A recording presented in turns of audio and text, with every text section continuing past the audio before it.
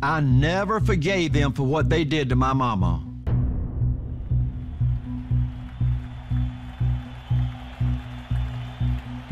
Folks, I'm so dadgum proud we took on the largest industry in the world.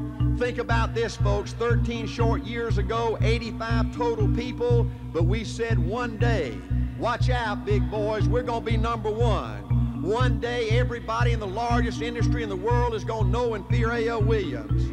You know what? You know what? Everybody in the largest industry in the world knows A.L. Williams is the undisputed leader. You're number one in everybody's mind.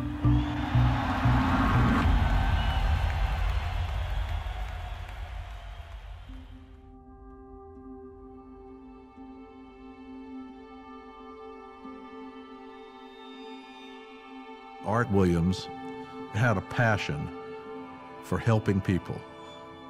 He convinced us that if we were able to somehow corner that passion and direct it in the right way, that we could build a legacy of greatness for our family by helping other families. You know, Art Williams had a way of selling hope to people that nobody else that I've ever met in my lifetime could do. You know, he just made you believe that if you paid the price, if you were willing to pay the price, that the dream was going to be worth it. You wanted to be coached by him. You wanted him to take you to the promised land.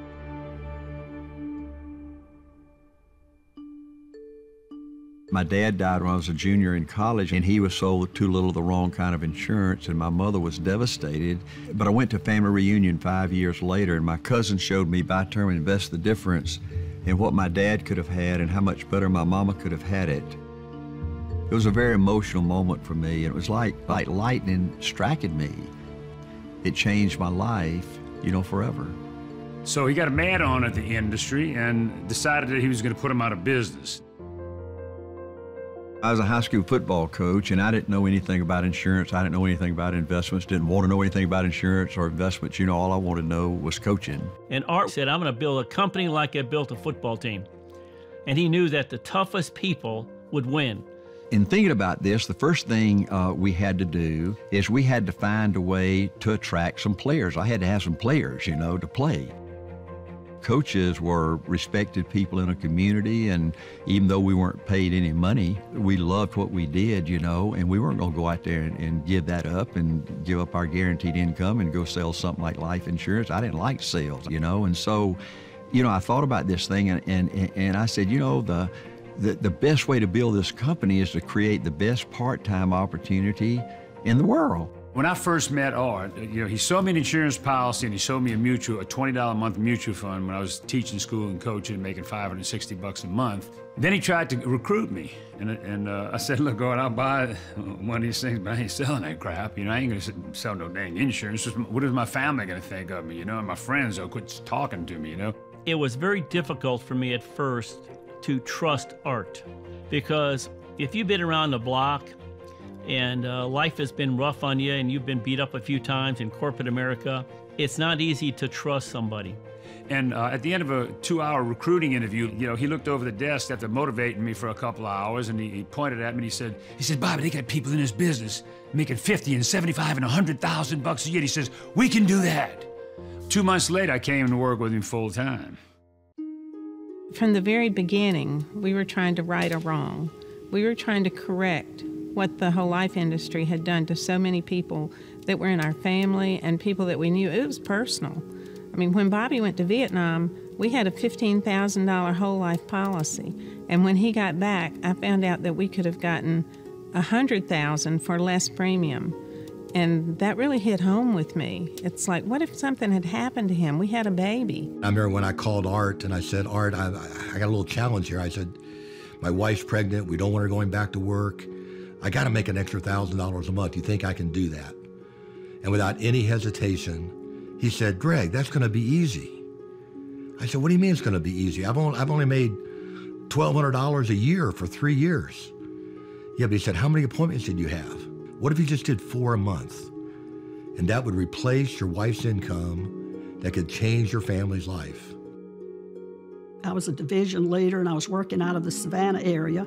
And we went to a house that night, and this big burly guy came to the door and he said, "You know, I think we probably shouldn't have set this appointment because you're the company that lets housewives sell insurance." And I stuck my hand out with a big smile on my face. I said, "Yes, sir, we are. That's exactly who we are, and I'm the housewife you've been hearing about.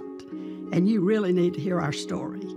I changed his whole life policy to something significantly bigger. When I delivered the policy, he said, "Guess what? I think housewives do a better job than those professionals."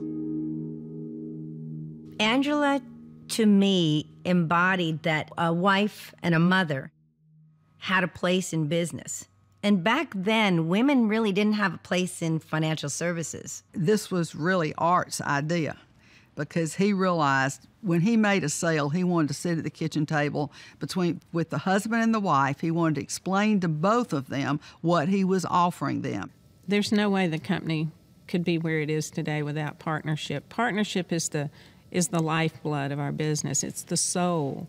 It's that families get involved as a whole. The thing that we realized is that we needed to be educated. We needed to have the same passion for the business. We needed to understand what our partner was doing that was in the field, recruiting and making sales. We needed to understand how difficult that was. Back when we first got started, it was all about us against them. We had our friends and family and relatives questioning our sanity, and we had the competition anytime we came across them, which was weekly, across the kitchen table, reminding us that we had no business being in this industry because we didn't have the professional training that they had.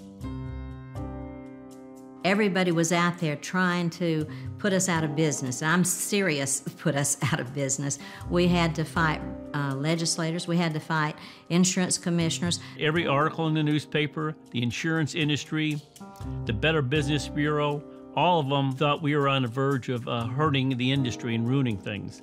You know, there was always term insurance out there. There were always companies that maybe sold a little term and then sold some mutual funds. But nobody had, in the masses, nobody had come into the industry and screamed at the top of their lungs like we did. That's what turned the industry around. We had insurance companies who would write booklets about how to combat this new renegade company that was out there. And what we were doing was wrong. We were called a lot of names that I won't repeat right here, but it was a dadgum full-time fight, but we loved it. We didn't allow the challenges to get in the way.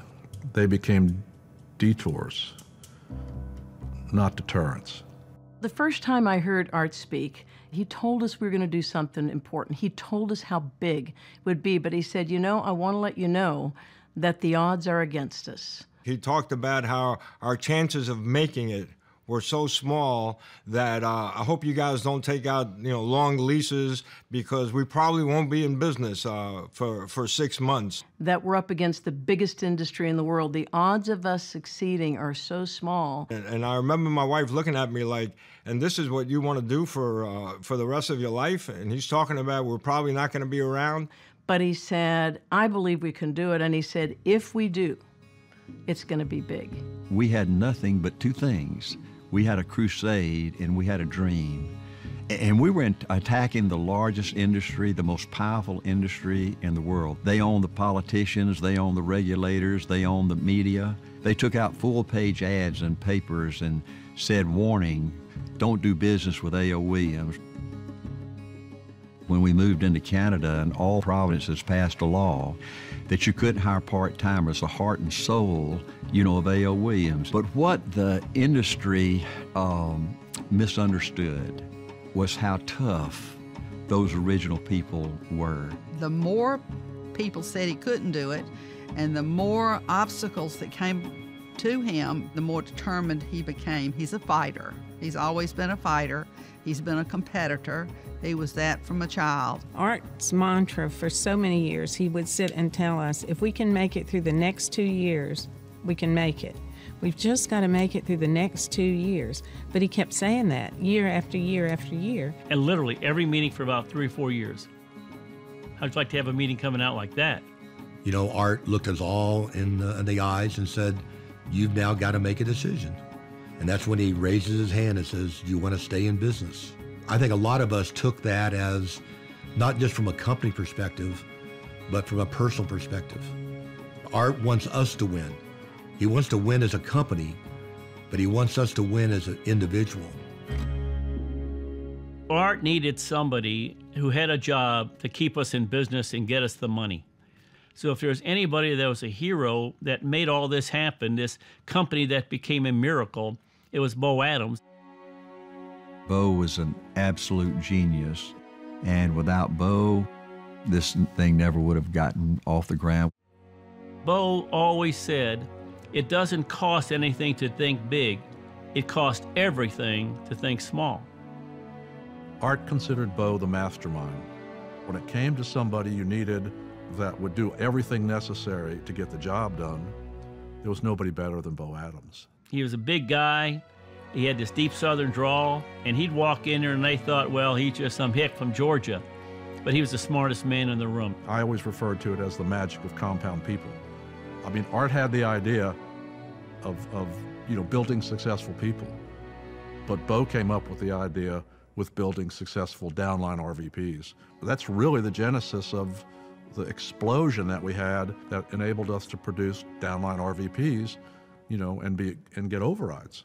I kept hearing about A.L. Williams was a team, and it was a movement, and this team was going to win a championship. And I heard Art Williams sell the vision of this company, this team being number one. Art always had goals. He always set things in carrots out in front of us to chase. And I don't know how he came up with these things, but when he came up with the whole national championship thing in 1983, that was just, we'd never thought about that before. And we thought, man, if we could sell more insurance than the biggest insurance company in the United States, in the world probably, was Prudential. And we thought, man, we have a shot to do this. You'll never forget my first big company event. We were in Boca Raton. It was in 1984.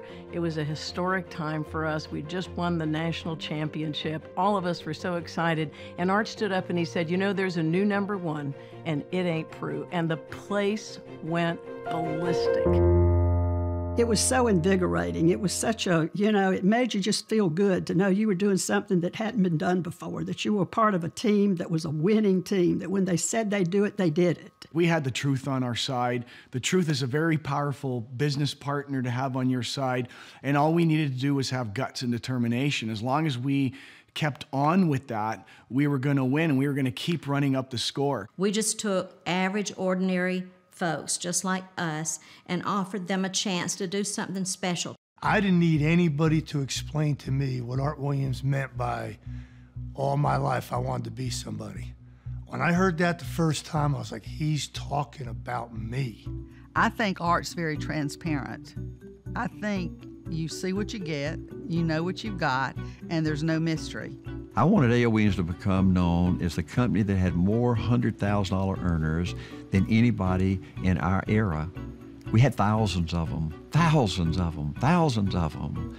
And we took this thing and we went all over the country, all over Canada, all over Puerto Rico. And not only did we beat Prudential, but we beat Prudential and New York Life combined. And we destroyed the largest, most powerful, most evil industry the world has ever known. Nobody but Art Williams could have taken us from a little peanut to the championship team.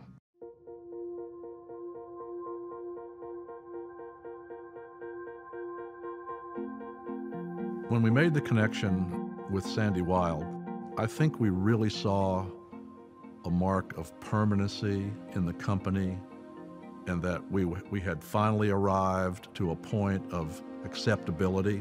It seems like there were so many new beginnings. In the 90s, when we became part of Citigroup, it really was a new start for us. We had Pete Dawkins at that point when Art stepped aside. Pete and Judy did a good job of sort of stabilizing us and helping, in the partnership era. And then Joe Plumeri came in. Through Joe, we got the OSJ Leadership Program, we got PFSU, we got the FNA. We came from a small, credible company to a very, very large company, a national company, a company that people were very, very familiar with.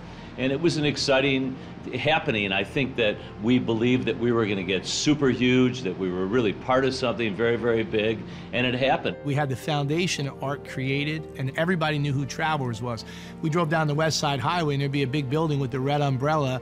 Our rings had the red umbrella, so it added credibility. We didn't want to be part of Travelers, but we loved the credibility that Travelers added to what we did. I think every leader that I've seen come in Primerica, it doesn't matter who they were, there was something that they added to make this company even better. I think what it did is it added credibility, added product, and then so we had the foundation of a crusade tied into the professionalism and the credibility. And then when John and Rick took over, that's when our business really went to the next level. I believe it kept stacking. So we've had a lot of changes and transitions with the history of the company, but I don't think it was changes from here to here. I think it was always stacked on top to make the company who we are. John and Rick were committed to getting us our freedom, and to be part of that time and era that we were going through, because there was some really difficult times in there, but there were some exciting times of, wow, we might be able to pull this off. Without John and Rick, we probably wouldn't even be here today. John's toughness and love and desire and willingness to fight, Rick's incredible intellect, putting together the IPO at a time when there was a global meltdown, what they did was miraculous. I mean, the world was collapsing. We had, the biggest recession in years. All the big banks, that stock market had gone down. To try and put money together to do an IPO and basically buy our way out of Citi was virtually impossible. And what they accomplished was totally impossible given the conditions of the day. But they found a way to get it done. In their brains, it was do or die. They were going to make it happen, and man, they flat did it. Rick and I knew what our job was. It wasn't our job to look out for Citi. It wasn't our job to look out for the U.S. economy. It was our job to look out for Primerica. At one point in time, we weren't even sure that the U.S. economy was going to survive in its current form. Rick and I were 40-something weeks in New York, and it was just a war to get the company out of Citi and to get it public. We were going in the conference room, negotiating, nitty deal points, and sort of how do you keep focused on the nitty deal point when you're not even sure the world's going to be here tomorrow. Citi had met with Rick and I and said, guys, look, honestly, nothing can happen right. Nobody's buying anything. No IPOs are happening. You're asking for something that's impossible. Unfortunately, it took us several years to get out. The world was a changing world. It was and we went down one path, got quite a ways down it, had to change, go down another path, got quite a ways down it. The world changed again, and it was quite a struggle. Because, you got to understand, at that time, Citi had actually studied, what if they just shut it down? Okay, just shut Primerica down and sell it as a runoff book of business, which a lot of insurance companies were doing at that time. There were many points where it was unclear whether we were going to be able to succeed or not. And that was the value of having two of us together, working together to get the company out. We were the first IPO out of one of the big banks. They thought the odds were it was going to fail, that you were not going to sell enough stock to make it happen. And the one thing I was confident of is if you put us in front of people, we were going to sell this thing. At one point, I screamed at an investment banker, put me on the road and this deal is done. They saw the uniqueness that the company had. They saw the uniqueness in the management team, the relationship that John and I had. They understood what we did for families, and that was special. And they understood that we approached those families with a sales force and a distribution system that was unique. That's what they were looking for. They wanted the unique story, and we had a unique story that they could believe in. It was probably about the fourth or fifth day where all of a sudden their tone changed, and they knew okay, these guys are selling this thing. And so it was great to stun a bunch of people that weren't expecting it to happen. It was one of the most growing times of my life, but also one of the most fun as you walked out of each meeting with it. Yeah, we got that one. When our company went public and we were all invited to Wall Street, it was such an unbelievable moment. Here's our company banner, all our leaders are up on the balcony hitting the gavel and the bell's going off, and we're sitting there going, is this happening? None of us were supposed to be here. This company wasn't supposed to make it. And here we are, standing in one of the most powerful places of finance on earth, part of something like that. It was just absolutely surreal.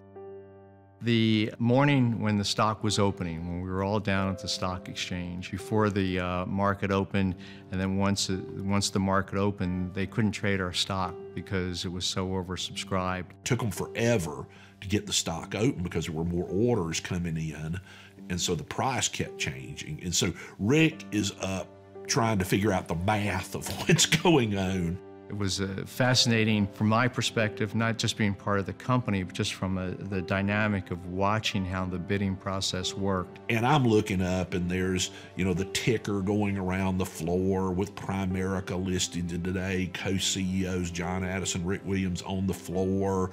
And I just grabbed Rick and I said, Rick, quit looking at that and look at this. Look at what we did.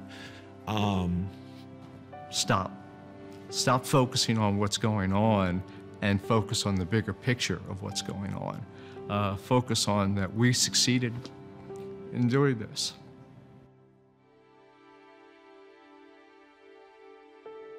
It was one of those moments that, if you're lucky, you get to have once in your life where you took care of everybody and you pulled it off and you won.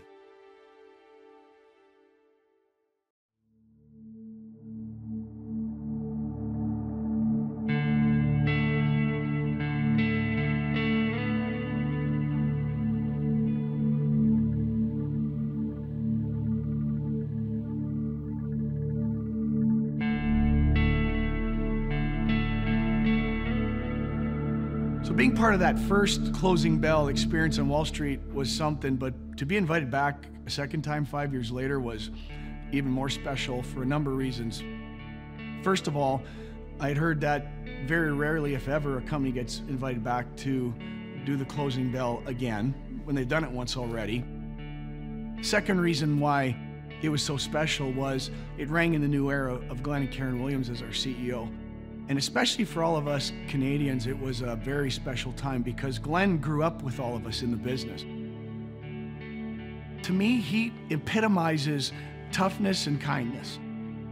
There is no doubt this company, with Glenn's leadership, isn't going to be the biggest it's ever been. This company is everything to me in the business part of my life. And so to be honored to be able to ask to lead it and serve as the CEO was just a huge honor for me. But at the same time, to see the response of the company, of the field leadership, of the home office team, I couldn't have asked for more. What I see in Glenn is a man of integrity, a man of wisdom way beyond his age. And I think that's what you want to look for, and ultimately in a leader, someone that's not gonna ever let you down. He has this amazing ability to always know what the right thing to do is, and because of that, he can connect with the field. This company has the greatest distribution system of any company anywhere in the world, and we know it. But if you didn't know it, if you didn't bet everything on our people, if you didn't bet everything on our field leadership, you could have that resource but not take advantage of it and you wouldn't be great. We're great because of that group of leaders that built this company over the last 40 years and will build it over the next 40 years. That's why we keep them first in everything we do. Our mission from day one has been to be able to build more financially independent families than any company in the history of North American business. When you think about the word history, most people are thinking about the past. One of the most exciting things about our history is it's such an integral part of our present and what our future will become. You know, there's a great quote that says, "I see far, for I stand on the shoulders of giants." And in Primerica, that is so true. There's really no limit to Primerica. When you look at the size of our marketplace, when you look at what's going on Main Street and how Main Street has been abandoned by other companies, the size of that market is so huge, and the demand for what we do, whether it's our financial products, whether it's term life insurance and investments for retirement and education, or whether it's the opportunity to build something that you own, that you control, that's important to your family, there's no end to the demand for that. Everything right now, anyone who's engaged and on their game is experiencing massive success, and that's what happens when you have momentum. We're a company that delivers. I often talk to folks about what I fell in love with originally, and you know, everything sounds so good, and a lot of people can talk a good game, but when it comes to actually backing it up, putting their money where their mouth is, well, most folks come up short. And the thing that I fell in love with Primerica as I got started was that everything they promised me that they would deliver on, they delivered on. There's no glass ceiling. And if you want to go on ahead and build a career, you can have a legacy. Your children and your children's grandchildren can be a part of the company that you build. I look at our company, man, we've had some tremendous growth. And now 40 years later, our business, our organization is growing faster than it ever has before. So we're like a 40-year-old company with a brand new opportunity. What we do for people is not something that's fashionable. These are very old line financial principles that we teach people, and they'll always be something that you and I and generations after us will need. We have this great company that makes one of the most challenging parts of a person's life, their financial life, so much better and so stable. The thing I'm the most proud of that we do here is the economic empowerment that we allow people to receive because of the financial literacy and teaching them better. Because most people, when they know better, they'll do better. I really like that we all come together for that one cause, and that creates a movement, because nobody out there is fighting for people just like us. Everybody's fighting for just the rich people and the wealthy people. Nobody's moving towards helping us. We take a stand. We fight for what's right. We help the people like us get a hold of their finances. From the first day, what I saw was the passion, the heart behind it. What we do for families, I knew this is where I belong. I think so many people are forced to make choices against their will to keep a job or to please a boss, and sometimes they have to make compromises that they'll look back on with regret. But that's not us, and that's not our story. I see a future where more and more of our competitors keep leaving the marketplace. They turn their back on the small client, on the middle market, and I see that as an asset. I see Primerica continuing to absorb those clients, to get bigger and stronger, and to really become not just a household name, but the company of our entire industry. This company is full of before and after success stories. People that come here that are broke, scared, unsure of themselves, never done anything like this before, and this environment makes you the best that you can possibly be if you're willing to let it. I think when we found Primerica, we found a life, right? To know that what we do and the company that we're a part of, it will deliver, that there's not something better out there. There's no searching for the next best thing. Because of what we've created, our future is the quilt of America. Our future is that we're inclusive, and that is why we are unstoppable. Can you imagine waking up every day and knowing you can go for anything that you want to go for? The last 40 years has been incredible. And as Art always said, I believe this is a company of destiny.